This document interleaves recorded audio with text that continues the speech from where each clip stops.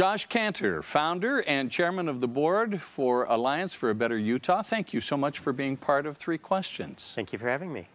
For those who don't know, what is the purpose of Alliance for a Better Utah and how did it come to be? So Alliance for a Better Utah is basically part traditional good government group and then part political education and advocacy group. We're kind of built on three different pillars of balance, accountability, and transparency. So for us, balance is really about making sure that elected officials and voters have as much balance in the dialogue about a particular policy issue that Utahns might care about as possible. So we try to bring all sides of arguments or debates to the table. We actually then also hold debates. So that's kind of the balanced dialogue side of it. Accountability for us is really anything about holding, kind of in the good government side, holding our elected officials or public officials accountable. So whether that's holding them accountable for their votes, whether it's holding them accountable for conflicts of interest or ethics violations or any of those kinds of issues that you would think of as a traditional good government group. And then transparency is just making sure that government is operating, state government is operating with as much transparency as possible. So those are sort of the three legs of our mission. Now, I noticed on your website that it says Progress Now is kind of the umbrella organization under which you operate. And Progress Now, for those folks who don't know, promote progressive ideas. Now, that's common speak for liberal agenda. Is that what kind of an organization Alliance for a Better Utah is? So we are an affiliate of a national group called Progress Now. All of the affiliates are very autonomous and do whatever they want and do it in a way that fits the state that they're in. So we're obviously in a very red or conservative state here in Utah. So our organization is often called left-leaning or liberal or progressive or pushing a progressive agenda. And none of those labels really bother me one way or the other. I think for us, it really goes back to this argument about balance in a conversation. And in a state that is represented, 80-something% by the Republican Party, then sometimes we are, as would be necessary to have a balanced dialogue, pushing a more progressive ideal or something else. But to us, it really comes down to being intellectually honest about what it is that we're talking about. And we believe that everything we do is fact-based and is research-based, and if people want to label that as progressive or left-leaning or liberal, so be it. What are some of the challenges that you face in dealing with a supermajority in the legislature and so many people that are conservative here in Utah? Well, it's certainly a challenge when you have, obviously, as you're saying, a supermajority in the legislature, and then even obviously in other parts of government here as well. So for us, that just increases the need to make sure that we're fighting as hard as we can to make sure there is this balanced dialogue. So voters ultimately are the only people that matter, and making sure that they've got the information they need to make those decisions, and if that's where they choose to go, then that's fine. Oftentimes it seems, and I don't think I'm out of school to say so, it seems like the legislature acts even more conservatively than the general population of the state. And so we're in part just trying to make sure that the legislature does a better job of reflecting the needs and the desires of the state. One of the big issues that Alliance for a Better Utah has dealt with was Proposition 2. That became a ballot initiative and it passed. Now the legislature has come up with a compromise law with apparently a good number of people from all sides of the issue at the table. Are you satisfied that the intent of Proposition 2 is going to be satisfied by the compromise law? So it's a really complicated question. Alliance for Better Utah was not specifically behind Prop 2 or any of the propositions. So we followed all three of the propositions that ultimately made it to the ballot, Prop 2, Prop 3, and Prop 4. And we certainly believe that the people's will should be heard, and the people under the Utah Constitution have a co-equal legislative power along with the legislature. The compromise raises some really difficult questions about what were people voting for. Should that will be superseded or not superseded? Should the bill have been, or should the initiative have been put into law and see how it goes for a little while before the legislature tinkered with it? Will they tinker with Prop 3? Will they tinker with Prop 4? There are questions that we continue to watch. There's some interesting lawsuits, as I'm sure you've seen, that have already been filed. We're not a part of any of those, to see whether there's some legal arguments about whether the legislature misstepped in compromising on Prop 2 so quickly. But, ultimately, I think what's interesting about the propositions is that there was such a public outcry for the first time in a really long time to say the legislature is not representing what we want. So here you have 3 public propositions, initiatives that passed on the ballot, and that should send a pretty strong message to the legislature that they need to tread carefully. Whether they treaded carefully enough on Prop 2, the voters will eventually decide. There is a supermajority in the Utah legislature right now. Where does that come from, number one? And number two, how does Alliance for a Better Utah make sure that the voices on all sides of the issues are heard in the legislature? Well, I think the supermajority comes from, look, it's a conservative state. There's no denying that. And so the supermajority comes, I think, in part from that, and it comes in part from, probably from our caucus system and the way the system has been set up for years. So the compromise bill, SB 54, that brings the primary route, to the ballot is really, I think, an important step in moderating the legislature and hopefully bringing more balance to the legislature. Alliance for Better Utah's role is really to make sure that we're out there using any tools that are at our disposal to make sure that the public is aware of what the legislature is doing and to get as much information out as possible so voters can make an informed decision. Do you consider Utah to be a theocracy? Personally, I don't. I think that it's a really difficult question, and I know people have very strong reactions to the involvement of the church here. My own view is this is where the Church of Jesus Christ of Latter-day Saints was founded, or settled ultimately, obviously, not founded. Right. A majority of the state until recently were members of the church. Obviously, Salt Lake County, we just saw some data that the church membership is now under 50%. Right. I don't know what it was like to live in Boston in the 50s or in the 40s, and people I assume had to say the same thing. I personally believe the church has the right to talk about whatever issues it chooses to and to advocate for whatever positions it wants to its members, and then I hope its members will make informed decisions on their own and choose the policies and the votes that they want to pursue. And I think Prop 2 is an interesting example of that, where we saw obviously a significant majority of the state vote in favor of Prop 2, notwithstanding the church coming out and speaking against it. Right. When you look at the LDS Church, or the Church of Jesus Christ of Latter-day Saints, coming out against Proposition 2 and advising its members in Utah to vote against that ballot initiative, and then you see the ballot initiative actually pass in the election, what do you see happening and going on in not only the political climate in Utah, but also the relationship, at least from the outside or the inside, going on between the church and its voting members?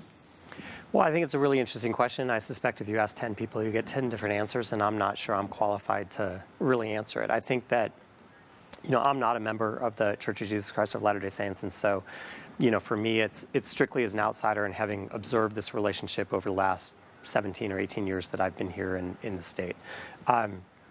I think that it's certainly, Utahns generally, I believe, are compassionate people, and so Prop 2 raises a really unique question that, notwithstanding the church's perspective on it, medical marijuana is usually regarded as an issue about compassion, and particularly about people in pain or people with addiction and all the things that it's being used to treat. So I'm not sure if broad generalities can be taken away from this particular vote and where the church was, but I do think it's interesting to see the state that is still dominated by members of the church having voted to pass Proposition 2, notwithstanding the church's opposition. Utah consistently scores high in business, in government efficiency, level of education in the workforce, high-tech, innovative kinds of things, etc. Those are issues and characteristics that, if you ask conservatives, are conservative principle-driven. Do you agree with that? Well, I think there certainly are things that are driven that have caused us to have those metrics of success as a state. I'm not sure that they're really I wouldn't consider them conservative values. I mean, I'm a lawyer and a businessman and a venture capitalist and run an investment firm, and so there are lots of things that I consider just general business values or good values.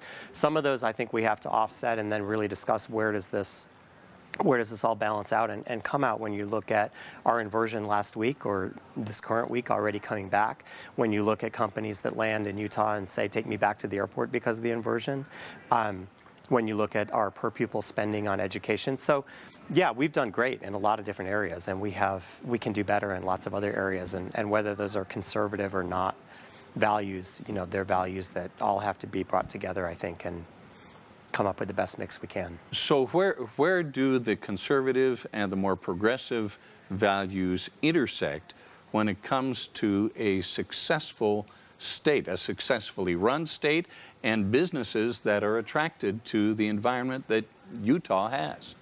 Well, I would say that comes from compromise, just like anywhere else, that it comes from looking at what are those conservative values that add to that mix and what are those maybe more progressive values that add to that mix. We've got to deal with homelessness, we've got to deal with education funding, we've got to deal with Medicaid expansion now that Prop 3 has finally passed, which really goes all the way back to Governor Herbert's Healthy Utah plan several years ago. So, it is a state that does believe in some of these other values that traditionally you would think of as progressive values, but I'm not sure really clean air and clean water should be considered a progressive issue or a conservative issue. There's lots of conservatives who would say those are conservation issues and conservative issues. So, we've gotten so tied up in these labels that I think we need to some extent, certainly at a national level, and we need to really come to the table and be compromising around what's the best mix of these things that take those social values and take those economic values and put them together for the best result for the state. Healthcare is another issue that Alliance for a Better Utah has as one of its marquee issues. And just recently, in fact, there was a federal judge in Texas that ruled that Obamacare is unconstitutional. Now, that's going to wind up in the courts again, and litigation will take it wherever it's going to take it. But the argument seems to revolve around the idea of whether health care is actually a right or not. Mm-hmm. How do we resolve that question, that central question of whether health care is or is not a right? Well, we can resolve the question as to whether it's a right or not. Certainly, again, you're going to have progressives who believe it's a right, and I personally believe that that's the right answer. But at the same time, you can answer this from the other side of the equation, which is, supposedly maybe a more conservative way of looking at it. But economically, it's the right thing to do. The fact that we're treating people in emergency rooms for, ordinary care, or because it becomes critical care because they didn't get ordinary care, is really a problem that this country has to face. We're the only developed country that spends 19% of our GDP on healthcare spending. So we have to solve this problem. And whether we solve it because it's a human right or whether we solve it because it's a conservative value and an economic value, I'm not sure really matters. We need to come together and solve it. And what the Republican Party, frankly, in Congress has done to dismantle Obamacare or the Affordable Care Act, in particular by taking away the individual mandate last year, and now that's what this federal judge has ruled on, really puts us, I don't know if it puts us back at square one or where it puts us, but it puts us at some place where we have to get everyone together to talk about what the answer is to this problem. Do you see solving the health care problems in this country, including what to do with Obamacare, do you see that happening outside of a litigative process? Can we do it outside the courts? Well, I would hope so, but I'm not sure right now we can do anything outside the courts. I mean, Congress is so dysfunctional that it's hard to imagine that they're going to come together and really find an answer to this, but we'll see. So who do we turn to help solve this problem, if not going to the courts? Well, interestingly, lots of states could do states could do lots of things to really solve this if they wanted to. I mean, there are a lot of people who believe in states' rights and talk about the states as laboratories, for these kinds of things. So Mitt Romney obviously did it in Massachusetts. Obamacare is clearly modeled on, what then jokingly became Romney Care, of course, in Massachusetts. So, the states could act as laboratories and try to come up with better solutions to this. But part of the problem, I think, on the healthcare side is that we're such a mobile country. It's great to talk about states' rights and what happens in the borders of Utah or what happens in the borders of Massachusetts or anywhere else, but people move all the time. And that's really going to cause a problem in this as we continue to become more and more of a mobile society, that these things they have to cross state lines. It's not like you can close off the Utah borders and say, well, healthcare is only a problem in Utah. One of the three pillars that Alliance for a Better Utah stands on is balance. What are some of the things that we are missing as a culture here in Utah because of the political imbalance that is present right now? Well, I think the biggest thing is really, again, if you're watching discussion in sort of the public square about particular issues, whether that's, let's stay on Medicaid expansion for years, although it was Governor Herbert who really pushed the Healthy Utah plan. Once that failed, the legislature was unwilling to really push for any significant Medicaid expansion.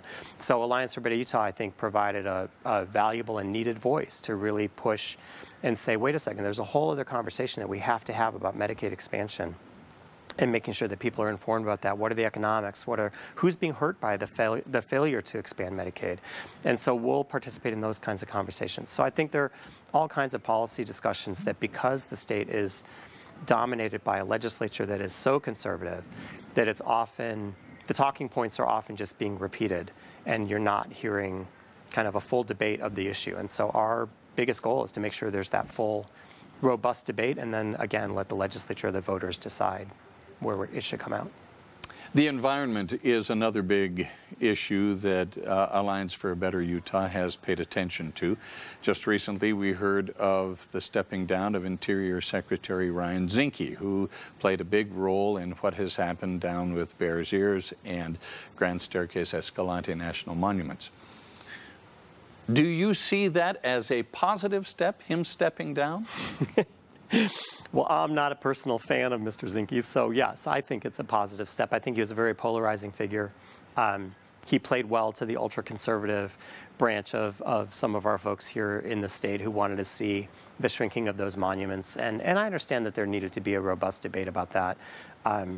But I did not get the sense that Mr. Zinke was really listening to all sides and taking that into account. And that was evidenced even when he was here in the state a couple of times, I think, and being shown around by some of our legislators and some of the people who clearly had one side of the argument in mind. So hopefully with Mr. Trump, it's hard to know, who will come next, but I would hope that there's somebody who's really willing to look at more sides of these environmental issues and arguments and really take them into account.